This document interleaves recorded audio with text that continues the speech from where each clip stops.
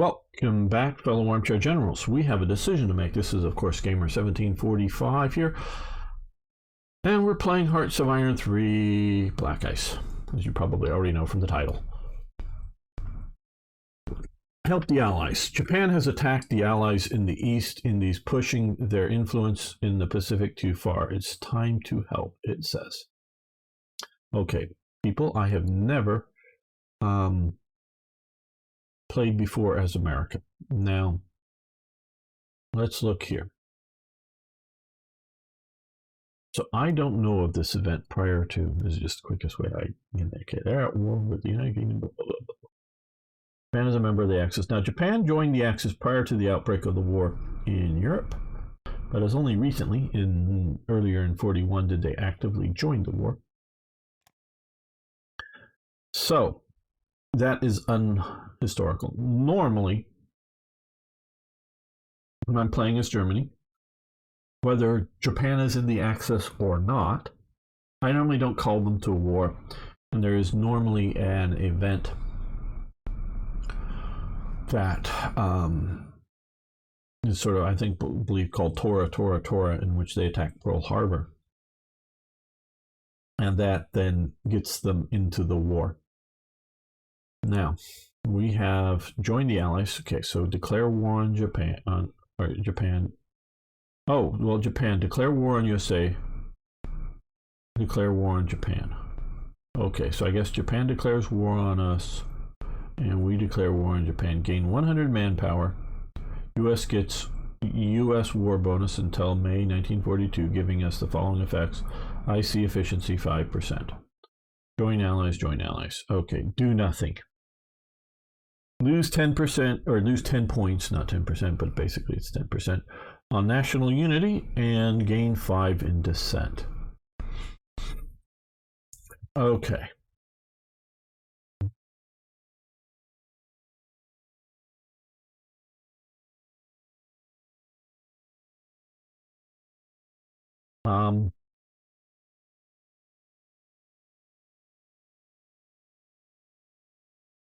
I presume the chat would just say go to war. Arno has already been saying this, so I don't really think I need to ask you guys what I should do. I believe the sort of scripted invasion that has, because of the way it's happened, I believe this was a scripted invasion war, Mr. Duck, yes, is saying, and we're going to be having this here. Look, the way this sort of started out to my normal expectations of scripted invasion of Malaya and the Dutch East Indies. So that has happened. What we have not had is the Pearl Harbor event or a scripted invasion, so far at least, starting the war of the attack in the Philippines. So I'm going to go to war here. I don't know if this is going to trigger the scripted invasion or not. As I know I've talked a lot about on the series, so I'm not going to go into it now. But the American people were enraged about how the war started. Not that, you know, and I really quite honestly think, and it wasn't so much, I don't think, a language issue in the sense between English and Japanese, but a language issue between the negotiations between the Japanese and the Americans. I don't think the Americans understood the sort of Japanese viewpoint, in that Americans were, you know, embargoing American trade. They weren't putting blockades on Japanese ports. So anybody who wanted to trade with Japan could trade with Japan. Anybody. Now, America was using its influence maybe on countries to say, hey, you like America? You like trading with America? Yeah, don't trade with Japan. You know, that kind of thing maybe. And I don't know how much extent to places like South America they may have been doing that. Definitely the British and the Dutch were not selling oil to Japan. I start giving you supplies last time. Japan attacked America on Sunday. Yes, I would be grumpy as well if someone attacked my Navy on the weekend. Exactly, Mr. Duck. Yes, I know, but the Sunday thing isn't unimportant as you might have think, especially in a lot of rural America and religious day that is sort of seen as such. Unlike Europe, we do not have elections on Sundays. We have our elections supposed to be on one day, according to the Constitution, though a lot of states have, for various reasons, have opened it up for a month or more, elections that you can vote on, but it's supposed to be on Tuesdays. It actually states in the Constitution the first Tuesday after the first Monday of the month of November. The reason because they don't want it to happen on the first of the month, because first of the month at times was, and this was obviously done in agrarian America, in our Constitution in, what was it, 1786 or 1782? I forget. I'm not great on details of dates. When they did our current Constitution, America was independent. Prior to that, I think it was 1786. Yeah, but could be wrong on that. They did have the Articles of Confederation, but so it was a very agrarian world, and the first of the month very well may be paying rents and whatnot. Which very well may be traveling, not like overnight traveling, but spending the day going somewhere and paying money, your rents or getting paid or whatever. So they didn't want to do it on the first of the month. And they definitely weren't going to do it on a Sunday because that was a religious holiday at the time, a religious day. So you weren't going to hold elections. And elections at the time very well were often very boisterous and like, hey, yeah, free beer, come and vote here, vote for candidate so-and-so, get a free beer kind of thing. So they weren't like somber occasions. So they weren't going to happen on a Sunday. And so that was, and if you look at, parts of America very much, Sunday was very the religious day, the day to go to church, the day to reflect on God and those kind of things as they would see it. So starting out on a Sunday, now once the war starts, yeah, everybody's in the war and we're not going to like take a break every Sunday. No, it's, no, they still go to church if they could, but, the other half of the day or whatever, yeah, go work in the factory or go march in the fields, in the war or whatever. So yeah, no, Sunday isn't as unimportant as you might think.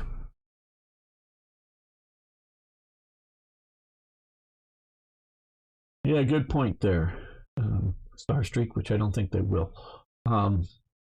So yeah, the manner in which the war starts is tremendously important to the American, as opposed to simply seeing Japan rampaging around and deciding to intervene.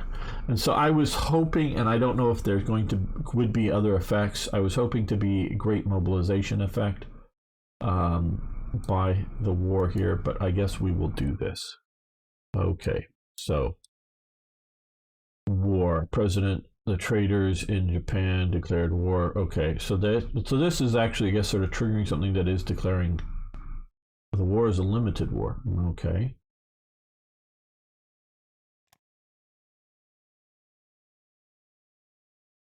Okay. Basic training, land forces laws, naval forces laws, air forces laws. Okay, so we're getting these effects.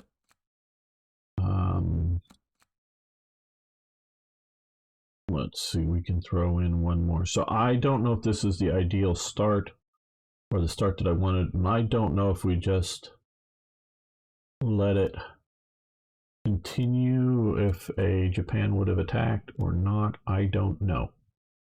So we have our war.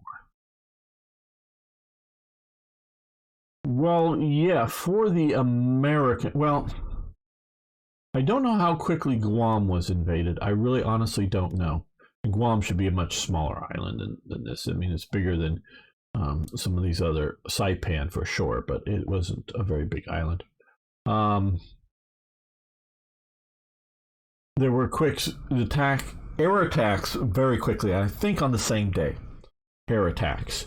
They thought they were carrier based air attacks, but they were actually able to take the Zeros and some of the sort of naval fighter bomber type things that looked like they could be taken off from carriers. They were actually taking off from Taiwan and flying all the way down to here and bombing and flying all the way back. They had that kind of range, the Zeros did. And so that they were able to surprise and hit and destroy a lot of aircraft on the ground and whatnot. But they were really stretching the legs, and that really confuses the American authorities as to what's going on and where are the carriers, because they didn't quite realize the range of some of these aircraft that could be carrier based, but they were land basing. The Navy was land basing off and able to do that. And very quickly after that, they had already set up for naval invasions. So now we see down here, now that we're allied, we can see these guys down here. Yeah, that's just an HQ. They're sort of off on this other island, and here they have just a little bit of stuff going on. So the Dutch are holding out in northern Sumatra. We would never do that. Even the French haven't gone that far yet. Oh, but the French police watching on the beach as illegals load up the dinghies now. If nothing else, the people loading the boats are bloody people traffickers, and surely you would arrest them if you do not stop the boat. You also have satellite images of them. Yeah, that's why, you got satellite images. You don't know why you don't just drop them back on France. The Japanese had a useful long-range naval bombers, yes, and they also did have larger, twin-engine stuff that, you look up in the air and go, yeah, those are not, I mean, yes, I do know the B-25 Mitchell bombers took off from the carrier, but there was no practical way to recover them on a carrier. You could theoretically have an arrestor hook and recover them one at a time, and then throw them off the edge of the carrier and allow another one to land. But there was not space enough for it. So Japanese had, I don't know all the Japanese models, lighter weight, but because Japanese really looked for long range, so they optimized lightweight aircraft. But they did have twin engine, medium to long range bombers carrying a medium bomb load kind of thing that you're pretty sure are not being launched from carriers, and definitely you're not capable of, at least in any number. Like I say, you can do one or two, no problem, but because you can always put some sort of arrestor hook on a carrier. And I do even know that, like, when the British were evacuating Norway, and I don't know whether it was down here in Trondheim or up in Narvik. I think it was up in the Narvik area. They had brought in some RAF fighters, and they were told to just destroy them and leave them because there's no way to they had the ability to fly home, but against orders, they fly and land, and I think all successfully land the RAF fighters on board Invincible or whatever, one of the carrier that was operating here. And I guess they had already brought all the because they had taken some losses, I think, in operation, all of the carrier airplanes down on the lower deck or decks, because some of them had two decks. Maybe it was the Illustrious, or I don't know. They were able to land them on the carrier at sea. They did not have arrestor hooks, and they got them, I think all of them, at least all of the ones that were flyable and ready to get out, back to Britain. Because the reason they didn't want to lose the pilot, so if you're trying to land on a carrier with a pilot who's never landed on a carrier before, you don't want to have the plane crack up and lose the pilot. You'd rather just, have the pilot safe because he's a trained asset, and of course you don't want it crashing into your carrier and doing damage and maybe killing some other people. So they were no, just destroy the aircraft and get out. They took them and flew them out. They were just a short hop. They were nearby. Get them onto the carrier and got the I think they were Spitfires, or maybe they were Hurricanes. Maybe Hurricanes, I don't know. And they got them back to Britain that way. And so yeah, you can land a ground-based fighter on a carrier without an arrestor hook, but it's a tricky operation that takes good conditions. They had hardly any proper heavy bomber. Yeah, well, I do not consider the Mitchell a heavy bomber. It is sort of maybe on the heavy side of a medium bomber, is what I would consider a Mitchell bomber. Because twin engine doesn't always mean something, and I know the Germans had a twin propeller, but actually four engine. I don't know, was the JU 288 or I don't know. I don't remember all the numbers. One of their bigger mid to late war bombers that had two engines in line of one propeller. And they did have obviously the Condor with four, engines and propellers. And I'm not sure if they had another four engine, in even limited production. I'm not talking about a test. Hey, Hurricane. Hi, Toy Jet. Good to see you here. Yeah, it was probably Hurricanes because they were more wanting to keep the Spitfires back over Britain and not let too many of them out to be used in other places. Okay, now I have started and sent some forces here. I don't know. Yeah, some are still coming this way. Okay, and we have been now just really, mobilizing, reinforcing. So what we can now see better here. Okay.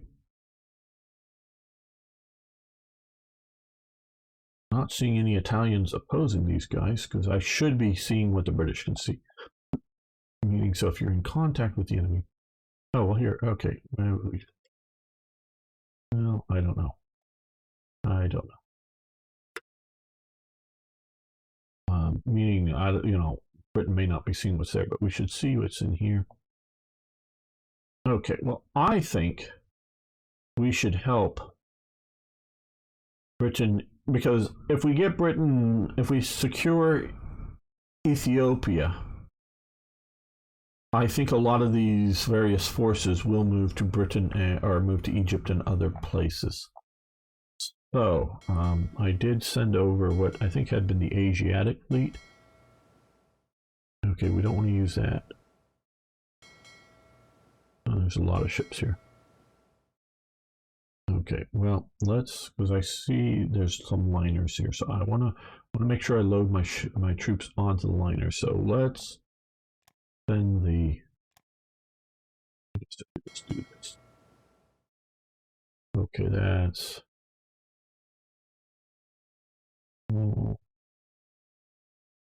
maybe they're still coming this way. I'm just reporting that that's what's going to be based there.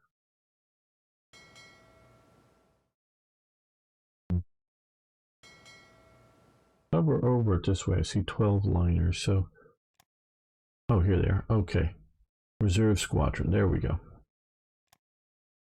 Okay, well, no, we'll wait. Obviously, wait there. Now we're at war here, so we're going to leave them in port for the moment. We're going to put these guys out here. Convoy rating passive.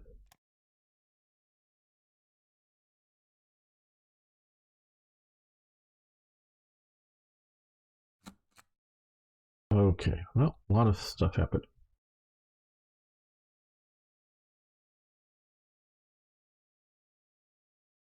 Okay, sign up, boys. Okay, war with Japan. We're at war with Japan opening. Now, are we, because we joined the Allies, maybe we have to specifically go to war with, yeah, okay, we are not yet at war with Germany. Despite our efforts to stay neutral, nation finds it at war. Loses nation neutrality, gains 100 manpower. End of the act of neutrality. Okay, now here, okay, now I've normally seen this as playing as Germany. You notified that Tora, Imperial Japanese Army Armed Forces are ready to do their duty for the Emperor. Okay, that effect that happens. Okay, we're now getting all of these, and I'll go over some of them. Mid-late war historical allies. 1, 2, 3, and 4. So I guess we're getting all of these bonuses stacked up, I'm guessing. We'll look at those in just a minute.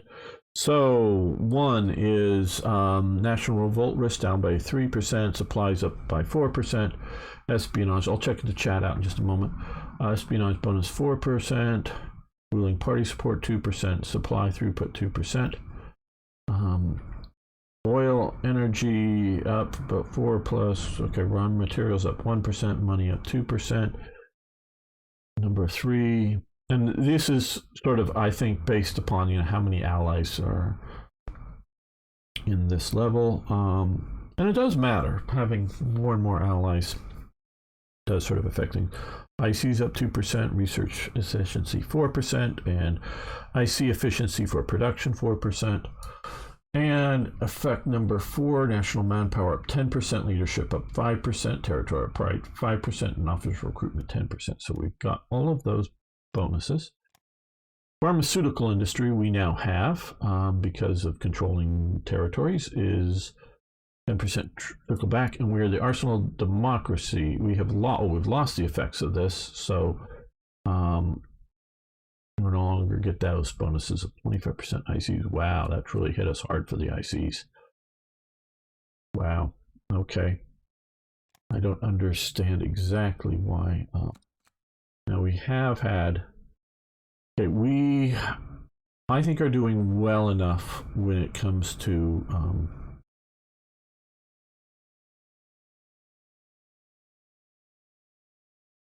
leadership or research at the moment. So what we're going to do is lower this down just a little bit here, so that, because we're below 110% on officers, so we're going to increase our officer production.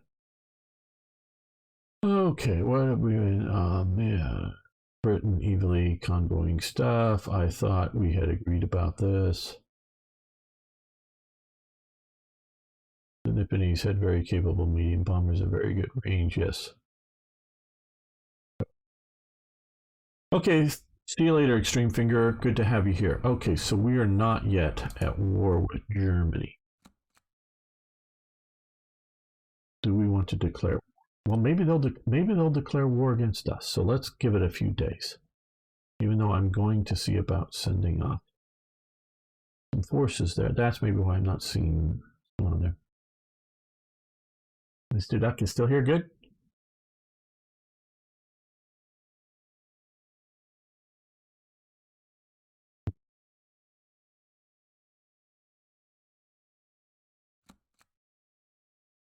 Mining income, yes, good.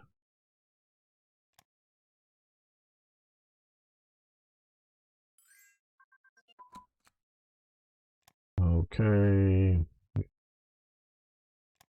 Get that. Capital ship, anti-aircraft artillery.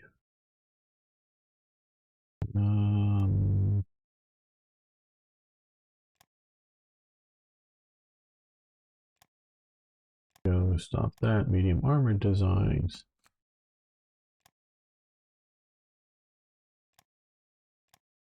Well, let's continue to reduce this down a bit.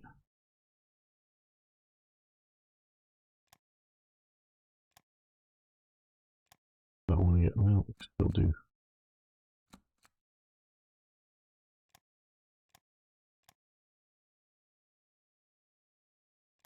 Yep.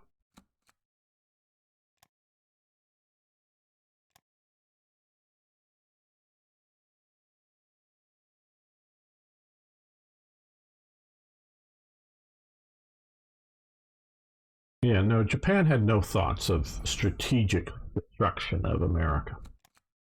They wanted to destroy America's fleets and then have America negotiate a, not a surrender, a peace agreement. It'll be a struggle, but okay, war goal is added Pacific. Acquire Pacific Island course from Japan. Added, okay.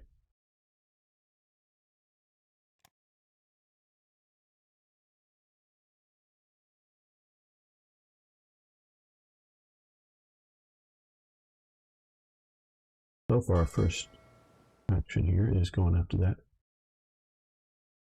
Hello, Tankfist. No, I don't think he knew that. I think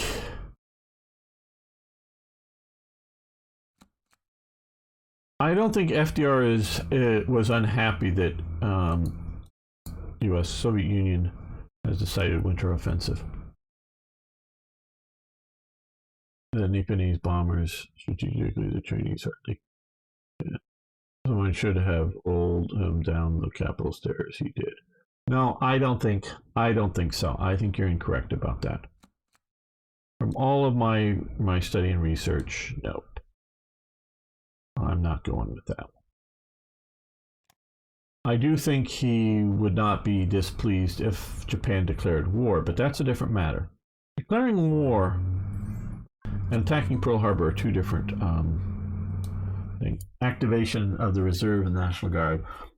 On February 6, 1942, Franklin Delano Roosevelt, so this is, December it happens, January, so this is now in February historically, ordered all the organized reservists not already on active duty into active service for the duration of the war. Almost 1 in 4 Army officers, more than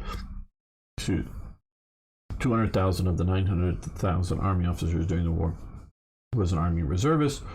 2 wartime studies gave indications of how important the reserve contribution to the Army was. 44 were permanent study. One of the regular Army infantry divisions found about 62% of the battalion commanders and 84% of the company commanders and 30% of the platoon leaders were reservists. Now realize, as far as trust me, I don't know everything about America's system here. There were regulars.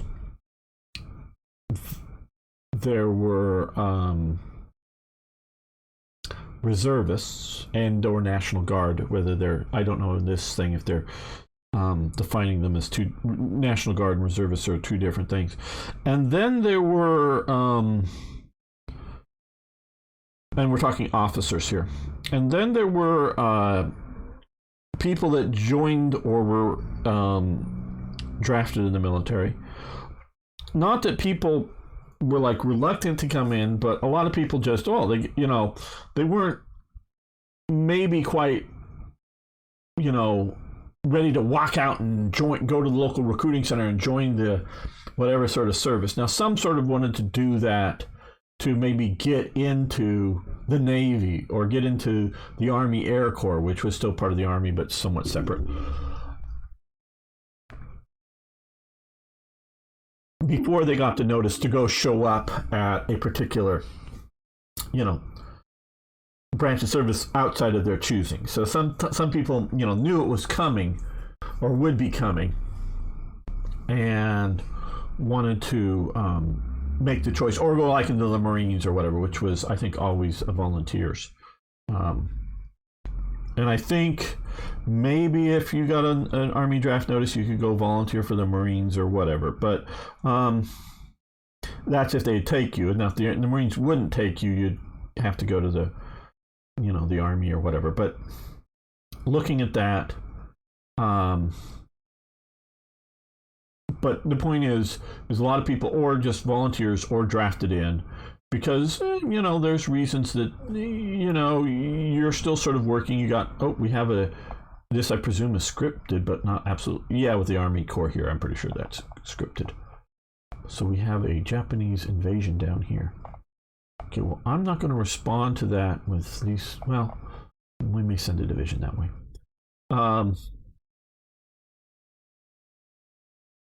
Always ready to go in, but right this moment, but are willing to go in. Now, a lot of these people, or a fair number of the men, either because most of them, I think, would be going through the, going into combat, but others would have just been spotted and go, hey, you're a college graduate. Do you want to go to officers cadet school? Now, like a famous one who was an underage volunteer who lied, who does go through officer cadet school, of course, is Audie Murphy. He very famous soldier and later actor in Hollywood. And he wins the Medal of Honor and the Legion of Merit from France and other things. He's highly decorated. But he is one of the people that is identified fairly quickly on as being a leadership prospect and is sent to basic officers candidate school. So these would be neither reservists nor regulars, meaning they hadn't gone through West Point or gone through what they call ROTC, Reserve Officers Training Course. During the peacetime armies, you normally in the and this to agree now, but you normally went through West Point or through the Citadel, which is a private military school in Virginia, to go become a regular officer. And that was sort of made up of that. So we can call up the reserve, lose manpower, gain supplies, get division HQ training, use IC. Yeah, okay, no, we've had a big hit, but we're going to go with that. Agricultural industry, yes, we want to do this, gain some manpower. Develop our rare industries, okay, yes, we want to do this. So we're going to do that. Let's see all these rare extractions. Going to do that. Convoy raiders, yes, create them. Petrol rationing, no. We're going to lose some of, well, I don't have any dissent. Veteran unit opportunity, yeah, we'll take that. Air Force HQ's advance. Okay, we'll get that now. Let's cut that down for the moment. And again, we're pushing more into being officers because I want to get that at over 10%. Doesn't have to do it immediately. Okay, crude oil, how much crude oil? Oh yeah, we have 657 crude oil every day. So yes, Argentina, you can have crude oil. Okay, the Japanese has decided to, they're invading through Mindanao. So this is a scripted invasion. And I don't know how new this is, but over the recent years, Black Ice is doing what Paradox refuses to do. Paradox, and I know we had a suitor, which I'm not exactly sure his position at Paradox, but he does work there, and so he knows about some of this stuff. But it's a big enough company, he doesn't know about them. But refuses to script things like invasions. Because you can easily figure out how the encrypted invasion is going to do it and defeat it. Well, the Black Ice people wouldn't be scripting invasions if the AI could do competent invasions and do it reasonably well. Now, what they've done here is, and I don't know, the historical invasion happened here. I've definitely seen more than one invasion in playing as Germany. The Japanese invade up here. I sent him here just because there was a port here and thought, well, that might happen. So what we're going to do is we're going to send him down this way. Unless there's a Japanese ship cruising through here, these guys are able to go from island to island. Just parking one ship here will stop them, but we do have some ability to respond locally if they start doing this.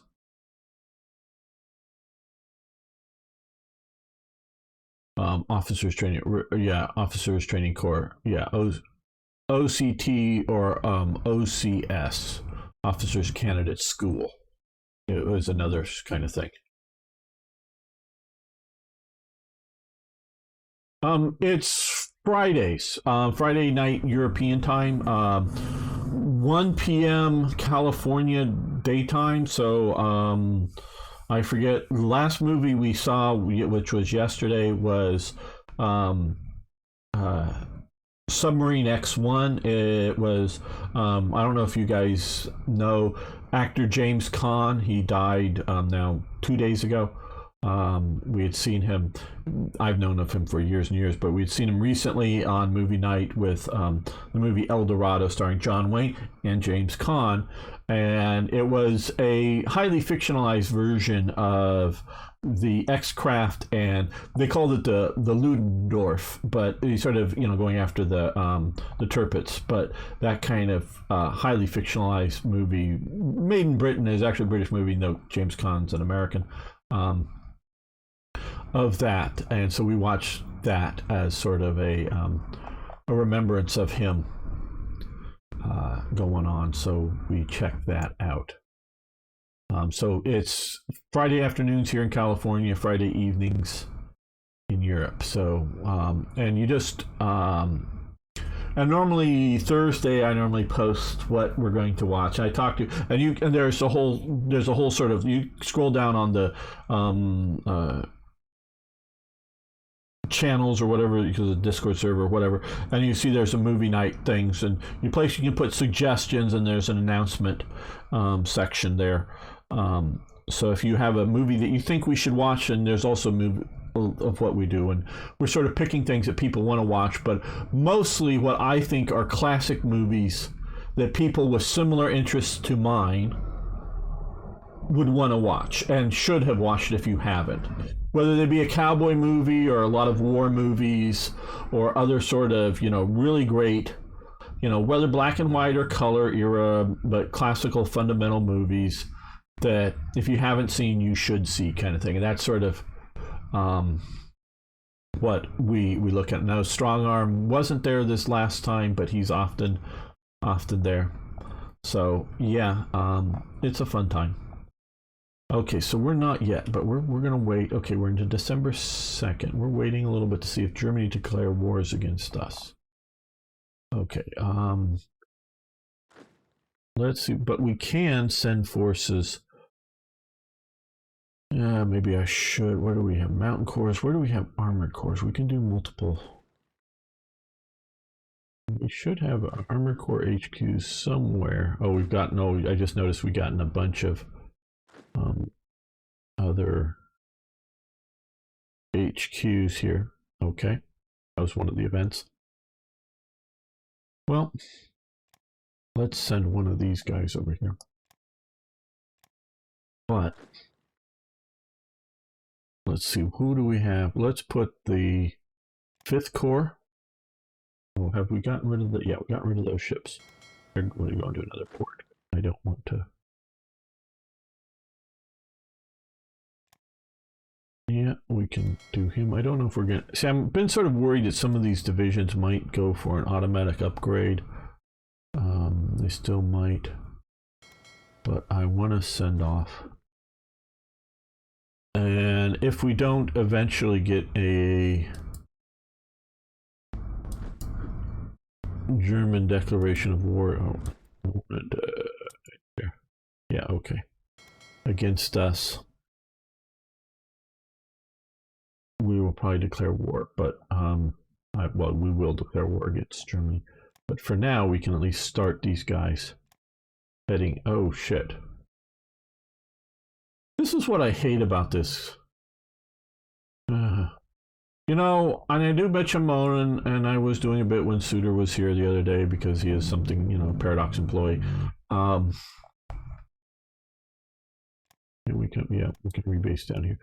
I really like some of the love some of the features in Hoi 4, but I'm as much disappointed that some of the stuff isn't here in some of the stuff that's here that isn't in Hoi 4. So it's, half again, one or the other. Okay, yeah, Floridian 1 p.m. is 7 p.m. Yeah, now I'm 1 p.m. here in California, so it's in the other side of the United States. Currently it's Pacific Daylight Time here in California, 1 p.m.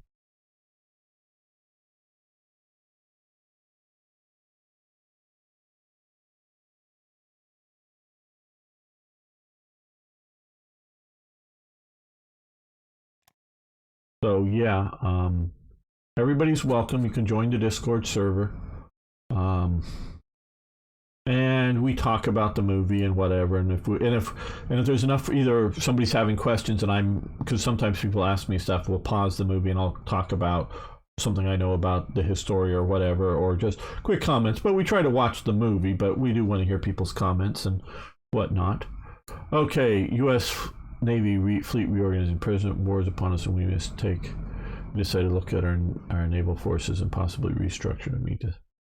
We recommend establishing 3 distinct fleet commands: Pacific, Atlantic, and one of the Asiatic region. Okay, I guess. Develop our steel industry. Okay. So that's massively sticking steel into our production here, so we were not going to have a problem with that. Okay, keep shifting back to production. We're doing good on the upgrades, and we're doing good on the mobilization. Okay, issue. No, we don't need war. Not now. 6 months. You can. No, we don't need any. We don't need any rationing in this game. For America, activation of the merchant marine. Yeah, we'll do that. We'll lose. What is that? 1,000 in money. Okay, we got 6,000.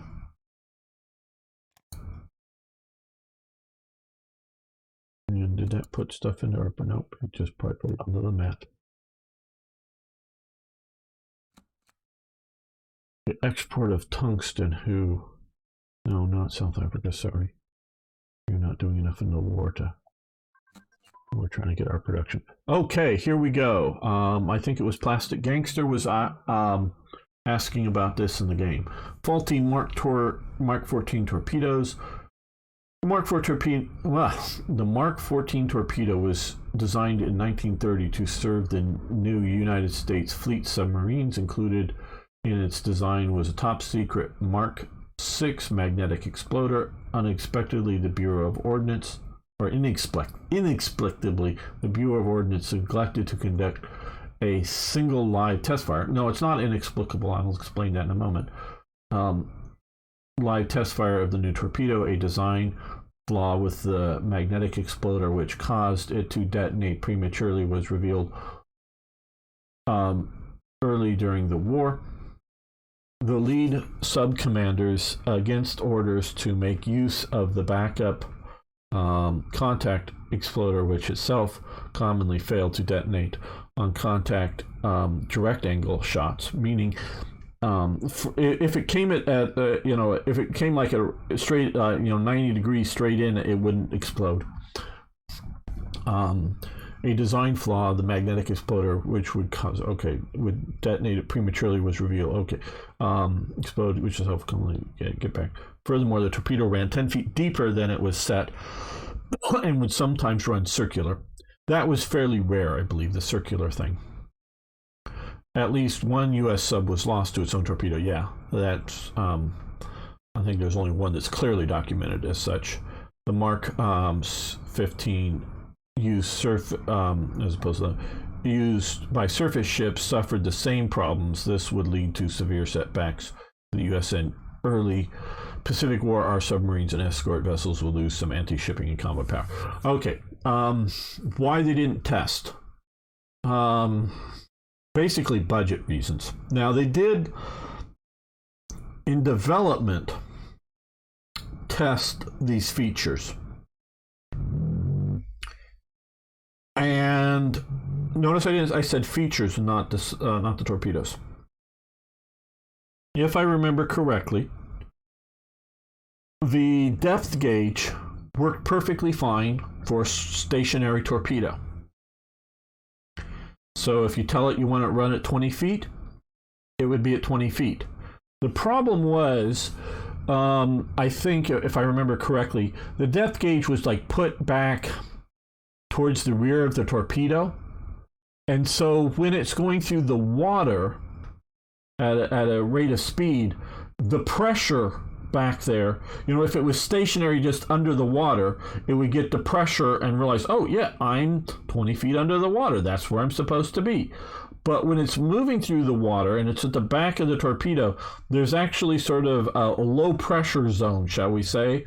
So it would want to go down deeper and run approximately 10 feet deeper than anticipated. So if you had put the pressure gauge like up at the front of, or near the front of the torpedo, maybe not so much like at the nose, but just the front part of it, there wouldn't, because you don't want it right on the the main front pressure going through the water. But near the front, there wouldn't have been this sort of negative pressure zone, or somewhat negative pressure zone, that would have better judge it. So when you just put it in a tank of water, it would work just fine. The magnetic exploder, to my understanding again, worked just fine and was tested, I think in New Haven, Connecticut, or somewhere like that, somewhere around here. Worked just fine here. But I saw Chinafil's channel, very, very good channel. And there's a weird sort of, and if you look, and they sort of did a global map like we see down here, and he showed, and at least at the time, showed different magnetic strengths, different magnetic fields around the Earth. And there's sort of, in this part of the world here, a much higher level of magnetic activity or something that, and the Japanese radios weren't as good as American radios, but the Japanese found their aircraft radios, because they're also, remember, everything on like a Zero and a lot of these other things are built to be lightweight, so they're sort of minimal building to them, so they're not as well shielded, found to be nearly useless. So if they weren't off of a carrier, which you get close enough to a carrier, it would work, but they weren't very useful, and they were another bit of weight. So they would actually, if they were operating the Japanese Navy fighters, if they're operating land based, they would remove the radios, because they didn't work very well, even for quick chats. So that's one thing that I didn't realize, that a lot of the planes, the dogfights are going on. There is no one in charge once they may plan the tactics out and train or whatever, but once they're in the fight, there's no one commanding the aerial fight. One, and two, there's no one even up there going to say, "Hey, Joe, there's somebody on your tail, break right."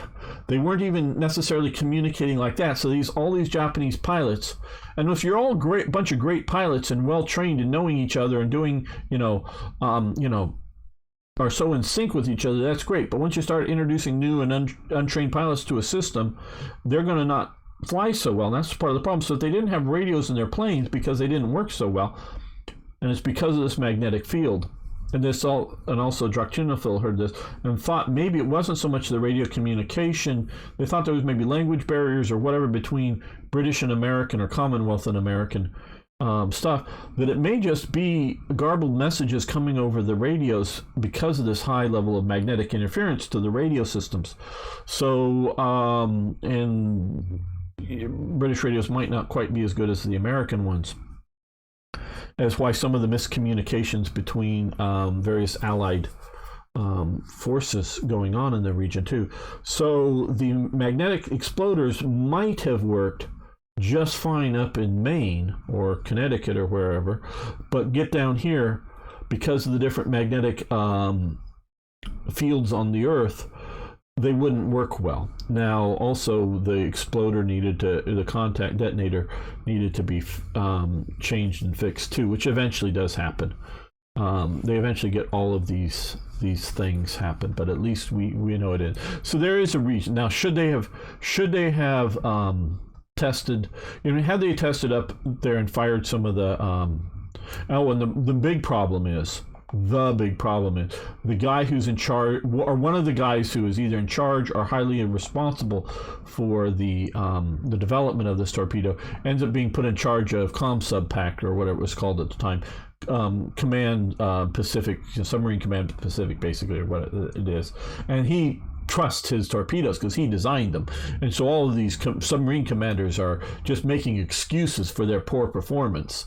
So he doesn't believe them. And it's finally they test the commander who's commanding down here in Australia or New Zealand or whatever, tests some of these things out and fires some of the torpedoes out, and then retrieves them afterwards, and that they hadn't detonated, and they just and fired them at like submarine nets and see where they went through, created the hole, and found this out and finally got through to whatever. So we have faulty marked torpedo, so we'll have a new effect here that will reduce our capabilities.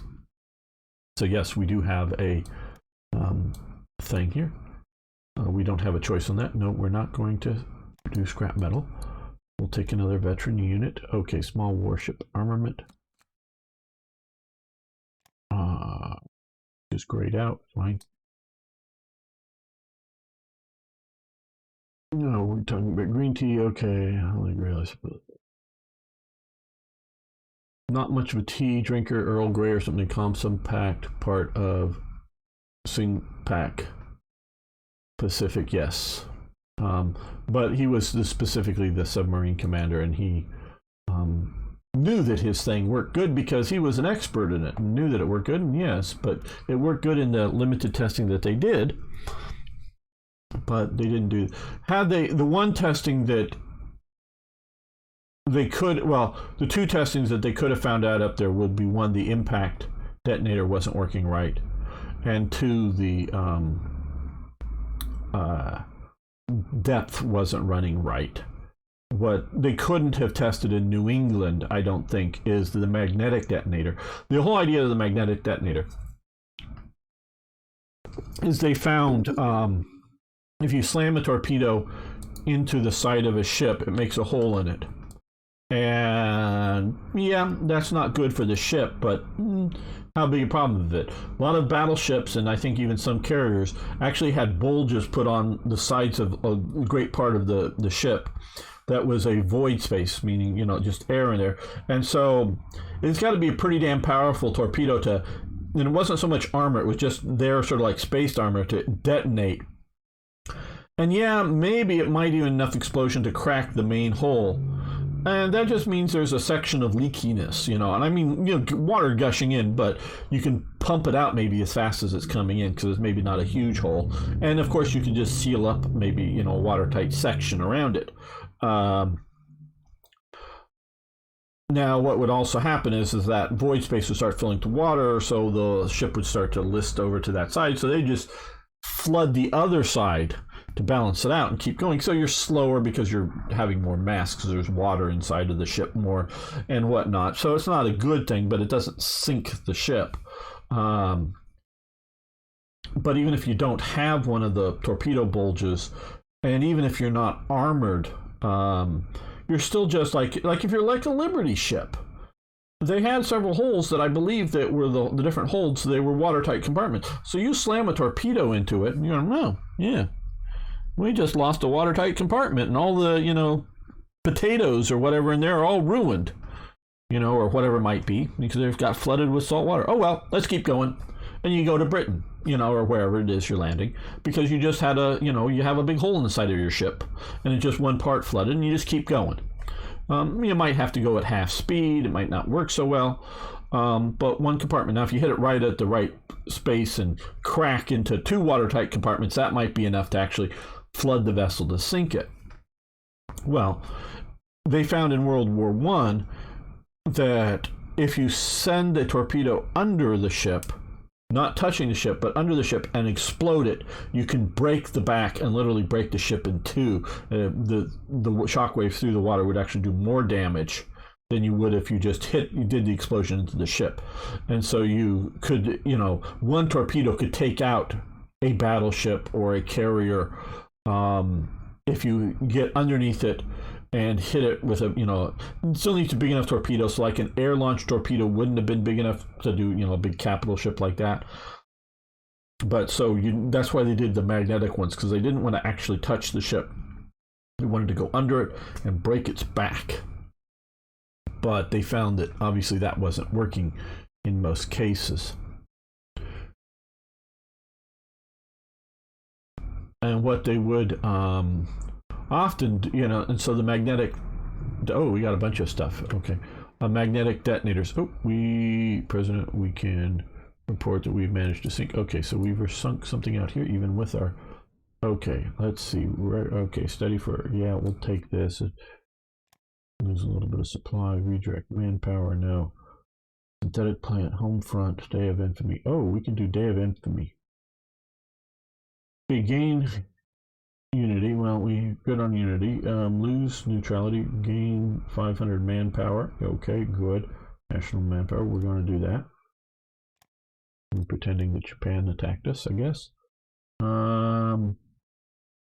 We're going to requisition small because we're pretty good with ships, but we'll do that just to make sure because we may need some more. Home front. Yes, we want to do this. So national revolt risk is down even more. Energy is up by 50%. Money down by 15%. Consumer goods during wartime down by 1%. We'll gain some other stuff, and we'll gain. Oh, damn! We should have done this in a different order. If we'd done this first, because we would have lost our whatnot. We don't need the fuel from. We have plenty of fuel. Don't need the fuel from the Philippines. Leave it there for now. They may have more than they need, but we're going to do that. We have, okay, these guys are moving that way to confront the Japanese. Okay, Plastic Gangster. Thanks for being here. See ya next time, whenever that is. Okay, National Labor Board. The National War Labor Board was a United States federal agency created in two different incarnations. First by the President Woodrow Wilson from 1918 to 1919 during World War I, and second by President Franklin D. Roosevelt in 1942-45 during World War II. You really have to, I mean, we keep saying December 1941, yes, that's when the war does break out, but everything really is happening functionally is because you got Christmas, and people are the guys up at the front, the guys in Hawaii, the guys in the Philippines, places. Yeah, the war started for them, but in California, it's sort of like, oh well, we might have to start worrying about war soon, because there was, sort of a maybe emotional panic, but no real panic. Institutionally that America was going to be attacked. So it's like, yeah, we can do this after Christmas kind of thing. So it's a lot of times things really are getting put in place in February, as we're seeing here, and in 42. So that's when for America really the war is getting in. So I got to think of things happening in 42, not 41. In both cases, the board's purpose was to arbitrate disputes between workers and employers in order to ensure labor reliability and productivity during the war. The board was reestablished by President Roosevelt in January under the chairmanship of William Hemmett Davis. It became a tripartite body and was charged with acting as an arbitration tribunal in labor management dispute cases, thereby preventing work stoppages, which did happen, but we'll get to some of those later on, which might hinder the war effort. It administered wage controls in national industries such as automobiles, shipping, railways, airlines, telegraph lines, mining. The board was originally divided into 12 regional administration boards, which handled both labor disputes and settlement wage stabilization functions. Specific geographic regions. National board further decentralized in 43 when it established special tripartite commissions panels to deal with specific industries on a national basis.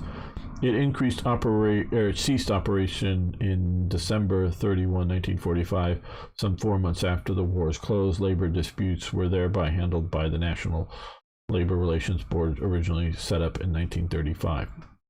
Okay, let's see, comments. Earlier on I was asked at the beginning of the stream, do I like planned economies in essence, or government, managed economies or whatever, or do I like laissez-faire stuff? And generally speaking, market forces are good. But this is a special case because not just, oh, you're at war, so you get government control. I mean, there is an element of that. But you're also what you're doing here and why you need, I can rail against a lot of the bad policies of the, New Deal and the, dealing with the Great Depression. And I do, and I think a lot of them are destructive more than helping. Some help, but a lot of them are destructive, much more than helping. But what you have going here is you're sucking out the natural labor pool, and you're also pulling out a lot of the particular talents from the labor pool into military or government service, basically being drafted. And you're also, at the exact same moment, trying to ramp up production with certain levels of skilled operation. Now, normally a machine operator in America is much less skilled than a machine operator in Germany, because in Germany they train my machine operator, like a machinist, a guy who's running a lathe, or a guy who's running, a milling machine or a stamping machine. They're training him to be a good machinist. Where before the war, and especially during the war, they're not doing that in America. What they're doing is they're having a trained machinist who's just as good or better or whatever than the best German machinist. They're having this guy in this factory who knows how to work all these machines, knows how to do all these complicated tasks. Train a group, now I have women shown here, but train a group of people to do one particular task. You grab the thing here, you set the piece of metal here. You clamp it this way. You grab the tool, the handle here, and you pull it down here, and you go, and you'll see it drill through or machine out a thing. And then you pull it back up, and then you undo it, and then you put it in this tray. So you're training somebody to do a specific task. And so, unlike the Germans who would, do 40, take 40 items, make 40 cuts on it, reconfigure the machine and make the same item, make 40 different cuts on it, on the same cut on 40 different pieces, and keep reconfiguring the machine and machining out this, thing that would go on a ship, a submarine, a tank, an aircraft, whatever. Now, maybe not quite as inefficient as that, but he would know how to do all this stuff and know how to set up the machine, and reset up the machine and reset up the machine again, where they just wanted to set up, and you're going to make this widget, and you're going to just make this one part of this widget, and we're going to have enough machines lined up here, so if you have to do 10 cuts or 10 machining processes on this one piece of thing, we have 10 machines, and you hand it to the first person, they put it in the tray, and then it gets shifted to the next thing or whatever. So whether the machines are in a line or there's 10 different rooms, because they have a room full of machines all doing the same cut, and then move to the different rooms or whatever, however it's set up in something of a factory line progression. So you train somebody just to do this one thing, and they know how they can, not that they're smart and can't figure things out, but you just take an inexperienced worker and train them to do one task correctly, precisely, because the quality is maybe not quite up to the highest German quality of manufacturing, because they're some of the highest standards, but nearly so, and definitely good enough for most war machines, whether they're flying or driving or shooting artillery pieces, so that they're accurate. And where they need to be accurate in a gun sight or a gun barrel, those things are accurate. Where other things can be slightly little more wiggle room in a vehicle that doesn't really matter. Not quite as worried about it as the Germans. So they do this so they can train up more people more efficiently to do something very well. And so somebody who was a high-skilled machinist would probably, if he tried to join the Army or the Navy or the Air Force, probably be turned down, unless they needed a few of those, like to go, to test torpedoes or work on, wanting a few people in there. But even then, they might still turn them down, but take them for, a civilian worker in one of these factories if they wanted to do, if they wanted somebody of that high skill. So they would intentionally not take some of these true high-skilled personnel who may want to go fight the war because they're patriotic and want to go do their duty because their brother died in the war or whatever, for whatever it is. Nope, you've got to stay back because you're training all these other people. So America is able to ramp up all of these people to do this stuff, but you're all talking about the same labor pool. that's going into the war naturally and naturally doing these different things. So if they allowed the market forces, and I do watch some of TIK stuff. Sorry if again. Hey, Lawless, said hi to you in one of the videos earlier, but good to have you here now. So if you're doing like, and I like TIK's basic philosophy, but it takes it a bit far in my opinion. Let the market decides, and if you market it out, you know how much they're willing to pay, and that'll figure out what you're going to do. But if you do that here, because you're taking out so much of the normal manpower, it would drive labor costs up, because you would be competing, come to work here, come to work here, come to work here, wherever, it is, in an aircraft factory, machine gun factory. And they would all be competing for this labor, and they would be competing by offering higher salaries or better working conditions, like less working hours. And they don't want less working hours. They want people to work, say, 10 hours a week, 5 days a week, instead of 8 hours a week. And they want to keep everybody going on. And so the Wartime poster of the girl flexing her bicep. Yep. There's definitely that. And so part of what they're going to replace the natural male workers with female workers. Now, you can look at it, and I will say, if you look at it really, we are having a demographics crisis in the industrialized world. And I say it that way because this does happen in Asian countries, particularly China. They're having a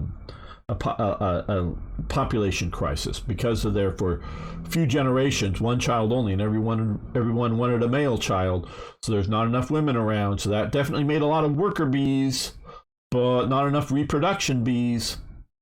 It is best for most women, if you want to maintain a society, it is best for most women to not work industrially, but to have and raise children. So because the left, and I know I get political on this channel, and I will, the left, like The Handmaid's Tale. No, I've never watched it, but I see that there was some sort of disaster. Only a few women are able to breed, and they're forced to breed. Well, they're doing that, and it's the Democrats, the left, that's really pushing this, women in the workforce. They're creating themselves the Handmaid's Tale by, most women should go spend days in offices and factories and work and not breed. So the few that do breed need to breed more children to replace your society, unless they're truly just trying to reduce the population, which may be a eugenics thing, but they don't normally say that. So they're creating their own sort of limited number. So it is bad. Now, that doesn't mean the opposite is true, as meaning women should not be allowed to work in industry. That's not what I'm saying. I'm saying what is best. It's best that most women don't spend a career working in, whether it's in a factory or in a word processing, sitting at a desk, whatever the work type is. It is best that women don't spend a career doing this 8 hours a day, 5 days a week. It is best that they don't do this. That doesn't mean they shouldn't work at all. You can work part-time. You can work 4 hours a day while your children are at school. Go get a job that can be a 4-hour-a-day job or a 6-hour-a-day job. I'm not saying they can't have a job or they shouldn't have a job, but they shouldn't be a careerist in a thing like this, working in this. 1 for the Army, 2 for the Navy, 1 for the Navy. Yeah, okay, I'm not quite getting that. But so the idea for society, it's not that women shouldn't be allowed, and it's if some woman really wants to, but they're really pushing that this is what women should do, and somehow maybe find time to have babies and whatever. So there's a difference between what they should do and shouldn't do, and what they should be allowed to do and wouldn't be allowed to do. So I notice nothing I'm saying that women shouldn't be allowed to do these things, but they shouldn't be encouraged, because we don't need that many workers in factories nowadays. But during this special time when you're drawing the overwhelming number of 18 to 30, the 20 plus years of males. If you're getting over 30, they really don't want you joining the Army unless you have a special skill. Get those people out of the workforce, a good huge percentage of them. Unless you're doing that, and those are going to be presumably for a limited time period, duration of the war, and the war won't be forever. Unless you're doing that, it is not good to do this, in my opinion, as a thing. So yes, we're getting political here. More energy. Okay, so we're gonna have unlimited amounts of this stuff. So no, we don't need this. Creation of the United Services Organization. Oh boy, a lot of talking here. This is going on. Go to bed. Yeah, Star Trek. But it's not just. It's raising the children. It's not just simply having the children. Okay. Historically, the United Service Organization, Inc., U.S.A. show, is a nonprofit organization that provides programs, services, and live entertainments to the United States troops and their families.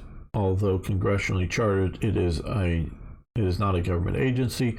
U.S.A. was founded in 1941 as a response to a request from President Franklin to provide morale and recreation services to U.S. uniformed military personnel. Roosevelt was elected as its honorary chairman. This request brought together 6 civilian organizations: the Salvation Army, which is a religious organization, if you don't realize, Young Men's Christian Association, YMCA, which I don't think is Christian anymore, Young Women's Christian Association, YWCA, National Catholic Community Service, again a religious organization, National Travelers Aid Association, which I don't think has a religious, but maybe it does, I don't know, National Jewish Welfare Board. They were brought together under one umbrella to support U.S. troops. Roosevelt, okay, you keep saying U.S. troops, but they mean U.S. servicemen because they include the Navy as much, which aren't troops. Roosevelt said he wanted these private organizations to handle on-leave recreations of the men in the armed forces. According to historian Emily Yellen, the government was to build the buildings. The U.S.A. was to raise the private funds to carry out the main mission, boosting the morale of the military. So yes, okay, so we will spend the money and do that. And a veteran, yes, we'll do this. And we're going to save here, because I don't want another pop-up to happen because there's too many. And my throat is giving out. So Donald Duck, go Navy, yes. Yeah, well, I'm not talking even about the Nazi Germany level of programs for motherhood or anything like that. I'm just talking about what is best to maintain a society.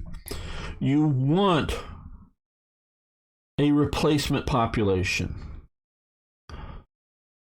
America, the country, is not overpopulated, but you don't, and I think some people do want it, but you don't want to do it by, and I'm going to say this, and it's because some other nut job racist people you don't want to have the replacements, because they will not replace us bullshit. That's not the point, and it's not that way. You don't want the next generation of citizens to be foreigners coming in. See, that's where you want to have your replacement population come out of your own population. It's nothing to do with skin color. It's, you don't want to go, oh, well, hey, everyone should come here and not have children and live here and then die and we import new people and just keep importing new people and keep importing new people. No, the point is to have children for future generations, because it gets into a lot of, metaphysical, what is the point of being here? Why doing this? What good does humanity serve? You can get into all these kinds of questions. But let's presume that humanity is a thing and we want it to go on. I know there's Mr. Scotty, there's no intelligent life down here on Earth and whatever. Yeah, I know we joke about it, but we really do want to have future generations. Most of us do. I know there's some nut jobs out there that don't, and some of the, when I say nut jobs, I mean people that are elected to offices and whatever, and they really want to have huge population decreases. And I think these people, at least mostly, aren't racially motivated, but why do you think they're so worried about Planned Parenthood? I think they do it because they want population decreases, and I think they want population decreases of poor people too. They don't want to say it, but I think they want it. So yeah, so you want to have a stable society. At least I want a stable society, and to do so, you need to have motherhood, not just birthing people who birth out a person. You don't want Logan's Run. I don't know, great movie. Got the idea, but most women don't want to do this. Maybe more would if they were encouraged to have more. But what Beam Slam is, they've been encouraged not to do so. They've been encouraged that they should have a career. They've been indoctrinated. I'm not talking about forcing any single person. I have not suggested a program that specifically rewards somebody. I have just said that it is best for society, best for humanity, if women raise children. And it is not just wanting, and I get to the Logan's Run thing, is where in that thing, at least because I've never read the book, but the movie, it's not clear whether, I mean, basically somehow these are artificially, and maybe even clones, but children, test tube type babies, as they used to call them, babies grown outside of the womb, but genetically done, and then raised in a orphanage type situation is what maybe they want humanity to replace as, so that the state controls who the teachers are, and parents, each generation is entirely disconnected from their parents. I think that is bad, because I think it is unnatural, and unnatural things are bad. And they want to talk about natural food and organic this, but they don't want organic humanity, which is a scary, scary thought. But it is as eugenics and population control, maybe not for the same reasons, but with the same effects that the Nazis have. And that is sort of the scary thing with that.